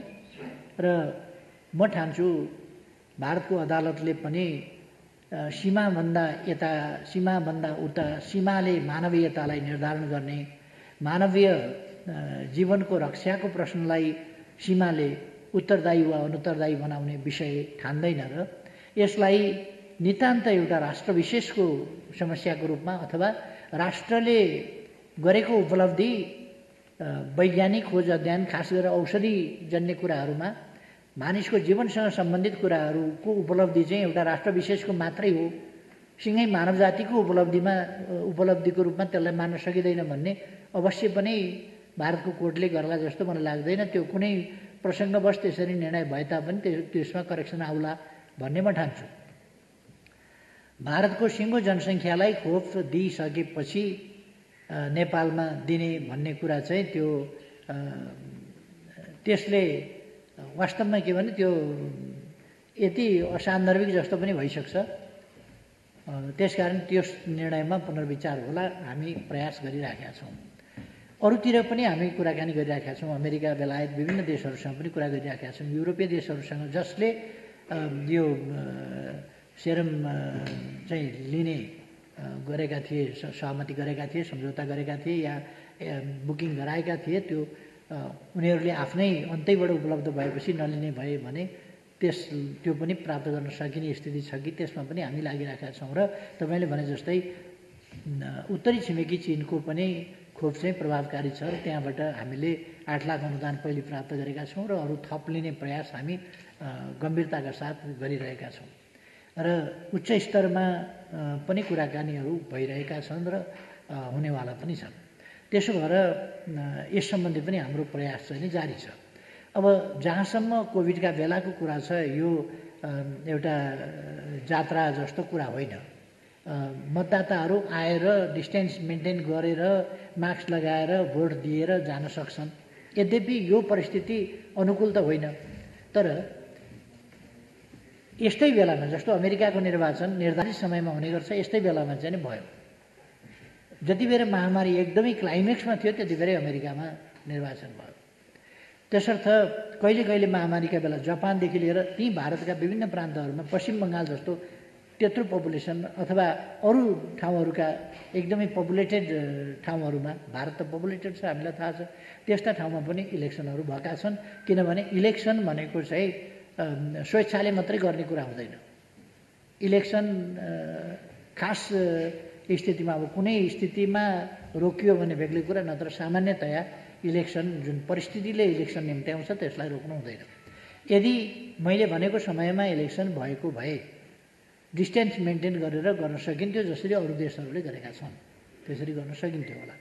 अब त्यो भएन, त्यो नभएपछि त्यो आफ्नो ठाउँमा छ। तर यसको अर्थ के भनेदेखि यसै बेला गर्नुपर्छ होइन, तर अब फागुनमा त हामीले स्थानीय तहको निर्वाचन त गर्नै पर्नेछ। र म के विश्वास गर्छु भने हामी अब भ्याक्सिन पनि छिटै ल्याउँदैछौँ र यसको जस्तो हामीसँग अक्सिजनको कमी थियो, सिलिन्डरको कमी थियो, ती कुराहरूलाई हामीले अब पुरा गरेका छौँ, लगभग पुरा गरेको स्थितिमा पुगेका छौँ। त्यसर्थ अब भ्याक्सिन बाहेक अरू खालका इक्विपमेन्ट, भेन्टिलेटरका कुरा भए, अक्सिजनका कुरा भए, सिलिन्डरका कुरा भए, यी कुराहरूमा हामी कहाँ कमी रहँदैन। अब त्यसो भएपछि हामी यसलाई अरू खालका औषधिहरू, रेमडेसिभिर भनौँ या अरू खालका औषधिहरूको पनि अभाव नरहने खालको परिबन्ध हामीले त्यो मिलाएका छौँ। जहाँसम्म समन्वय भएन भन्ने कुरा, यस्तो भएन उस्तो भएन भन्ने कुरा छ, यो चाहिँ सामान्य अवस्थाको कुरा होइन, यो महामारी हो। अमेरिकामा कतिको म्यानेज भएको थियो, ब्राजिलमा कतिको म्यानेज भएको थियो, इटालीमा कतिको म्यानेज भएको थियो, बेलायतमा कतिको म्यानेज भएको थियो। महामारी भनेको क्षमताभन्दा बाहिरको स्थितिमा पुर्याउने गरी, महामारी भनेको स्वास्थ्यसँग सम्बन्धित प्राय, र यो स्वास्थ्यसँग सम्बन्धित विषय स्वास्थ्यको सामान्य स्वास्थ्य क्षमता जुन हुन्छ त्यसलाई अलिक डिसअर्डर गर्छ। किनभने यो क्षमताभन्दा बढी भएपछि नै त्यसलाई महामारी भनिन्छ, क्षमताभित्रको कुरालाई महामारी भनिँदैन। त्यस कारण क्षमताभित्र छ भने त त्यो त सामान्य अवस्था भइगयो। क्षमताभन्दा बाहिरको स्थितिमा पहिलेका हाम्रा मौजुदा म्यान पावर, मौजुदा दक्षता, मौजुदा अस्पताल, मौजुदा सामग्रीहरू, स्वास्थ्य सामग्रीहरू, अथवा मौजुदा औषधिको स्टोर, अथवा चिनिरहेका रोगको औषधि जस्तो नयाँ, जस्तो हामी भेरिएन्टका कुरा गरिरहेका छौँ नि, यसै त कोभिड-19 बिना औषधिको रोग एकैचोटि आइलाग्यो र भयावह रूपमा ग्लोबल्ली आइलाग्यो। त्यस कारण दुनियाँमा को चाहिँ प्रिपेयर थियो र? चीनमा त्यत्रो मान्छे मरे, भारतमा त्यत्रो कति लाख मान्छे मरिसक्यो, भारतमा त्यत्रो मान्छे मरे, अमेरिकामा कति लाख मान्छे मरे, केही हजारको कुरा होइन, लाखौँ मान्छे मर्नु भनेको त अमेरिका जस्तो देशले पनि म्यानेज गर्न सक्दो रहेछ। त्यसकारण आलोचना गर्नु त सजिलो छ, तर यस्तो आकस्मिक रूपमा आइपर्ने महामारीहरू नियन्त्रण गर्न, त्यसलाई कन्ट्रोल गर्न केही समय लाग्छ र सरकारले आफ्नो ध्यान पूर्ण रूपमा फोकस गरेको छ कोभिडका विरुद्धको लडाइँमा र यसलाई नियन्त्रण गरेर छोड्छ। गत वर्ष हामीले लकडाउन आदि प्रभावकारी ढङ्गले गऱ्यौँ, जसले गर्दाखेरि धेरै फैलिन सकेन। जब लकडाउन कमजोर हुँदै गयो या लकडाउन खुल्ने स्थिति भयो, तब त्यो क्लाइमेक्सतिर गयो। फेरि हामीले अलिकति कडाइ गऱ्यौँ, अवेरनेस बढायौँ, सामग्रीहरू जुटायौँ र त्यसलाई कम गऱ्यौँ। तर त्यसो भइसकेपछि फेरि लापरवाही, अदालतलाई दबाब दिने हिसाबले ठुल्ठुला सभाहरू भए, होइन भने हामीलाई चाहिँ पुनर्स्थापना गरिँदैन भने सडकबाट गर्छौँ, सडकबाट पुनर्स्थापना गर्छौँ, अदालत टेर्दैन भने अदालतलाई देखाइदिन्छौँ भन्ने खालका जुलुसहरू, सभाहरू आदि इत्यादि भए। त्यसले फैलाउन मद्दत गर्यो। अरू कुराहरू पनि भयो होला, केही रिलिजियस कुराहरू भयो होला, केही कुराहरू भयो होला। त यसरी के भने यो फैलिने क्रम बढ्यो। अब हामी यसलाई नियन्त्रण गर्ने क्रममा छौँ। तपाईँले अर्को पोलिटिकल कुरा यही सम्बन्धमा के सोध्नु पऱ्यो? अर्को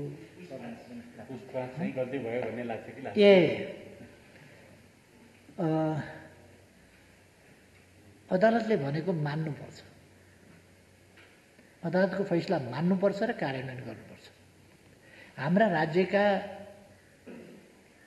तीनटा प्रमुख अङ्गहरू, तीनटा अङ्ग छन्, व्यवस्थापिका, कार्यपालिका र न्यायपालिका। सबै आफ्ना ठाउँमा आफ्नो आफ्नो ढङ्गले आफ्नो कर्तव्य पुरा गर्न स्वतन्त्र छन्, काम गर्छन् त्यसले। त्यसो भएर एउटाको कामलाई अर्कोले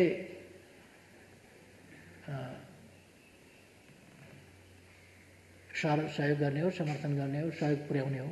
त्यसमा पनि न्यायपालिकाले कार्यपालिकाको काम अथवा अरू कसैका काम संविधान सम्मत र कानुन सम्मत भयो कि भएन भनेर हेर्ने हो र तत्कालको बेन्चको बुझाइ, बेन्चले बुझेको संविधानको व्याख्या अनुसार फैसला हुने हो र त्यही नै कुरा परम सत्य हुन्छ भन्न पनि सकिँदैन। अर्को समयमा एकपल्टको नजिर अर्को समयमा उल्टाएको हुन्छ, अर्को समयमा गरेको फैसला अर्को समयमा फेरि त्यस नजिरलाई उल्टाएको हुन्छ। त्यसकारण त्यो विभिन्न कुराले त्यसलाई प्रभावित गरेको हुन्छ। संविधानले प्रभावित गरेको हुन्छ, अरू कारणहरू, अरू परिस्थितिहरू हुन सक्छ, त्यस्ता कुराहरूले पनि प्रभावित गरेको हुन्छ। र कहिले कहिले निर्दोष मान्छे दोषी हो भनेर अदालतले त्यति बेरसम्म पाएका तथ्य प्रमाणका आधारमा फैसला गर्ने हो, तर पछि मान्छे वास्तवमा निर्दोष हुन्छ, जिल्लाले दोषी हो भनेर भन्छ, अदालतले भनेको फैसला नमान्ने मान्छे त जेल बस्छ नि त। उच्च अदालतले दोषी हो भन्छ, जेल बस्छ, धेरै वर्ष जेल बसेपछि फेरि सर्वोच्च अदालतले निर्दोष रहेछ भनेर छुटकारा दिन्छ। ठुलो क्षति भइसकेको होला, तर न्याय उसले पाउँदा ढिलो भइसक्यो होला, तर पनि न्याय पाउँदा त अर्कै न्याय पाएको हुन्छ नि। जिल्लाबाट पाएको न्याय अर्कै थियो, उच्च अदालतबाट पाएको न्याय अर्कै थियो, ती पनि न्याय नै पाएको, तर ती न्याय उपयुक्त छन् कि छैनन् भनेर हेर्ने ठाउँहरू हुन्छ। हामी पुनरावलोकन आदि इत्यादिमा गएनौँ।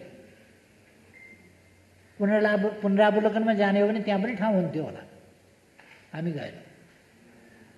हामी जे भए पनि राजनीतिमा झै झगडाको बाटो, मुद्दा मामिलाको बाटो, झगडिया तरिका हामी अवलम्बन गर्दैनौँ। त्यसकारण हामी खुरुखुरु अदालत निर्वाचन आयोगका आयोग एक दिन अध्यक्षबाट निकालिदिए निर्वाचन आयोगमा, अर्का दिन दलको नेताबाट हटाए निर्वाचन आयोगमा, साधारण सदस्यताबाट हटाए निर्वाचन आयोगमा, अदालतमा अर्को पुग्या छ। यो खालको तरिकामा हामी अलिक विश्वास गर्दैनौँ। पोलिटिक्सको हिसाबले गर्नुपर्छ, पोलिटिकल हिसाबले गर्नुपर्छ। र मलाई आफूले गरेको काम एक्लै बस्दा मात्रै होइन, निन्द्रामा पनि त्यो गलत लागेको छैन। अदालतले ठिक छैन भन्यो, अदालतको फैसला पछि अदालतले त्यति बेर ठिक छैन भनेको पनि अब संविधानको जीवित व्याख्या गर्ने हो भने त यो त के भने अहिलेसम्मको गति हेर्दाखेरि ढुङ्गा त गन्तव्यतिर त गइराखे जस्तो त लाग्दैन। त्यसो भने अब यो कुन ठिक थियो मेरो चाहिँ ठिक थियो कि अदालतको ठिक थियो, त्यो अब पछि कार्यान्वयन चाहिँ अदालतले जे फैसला गर्यो त्यसलाई सम्मान गर्ने, कार्यान्वयन गर्ने, त्यसलाई पालना गर्ने। धन्यवाद प्रधानमन्त्री।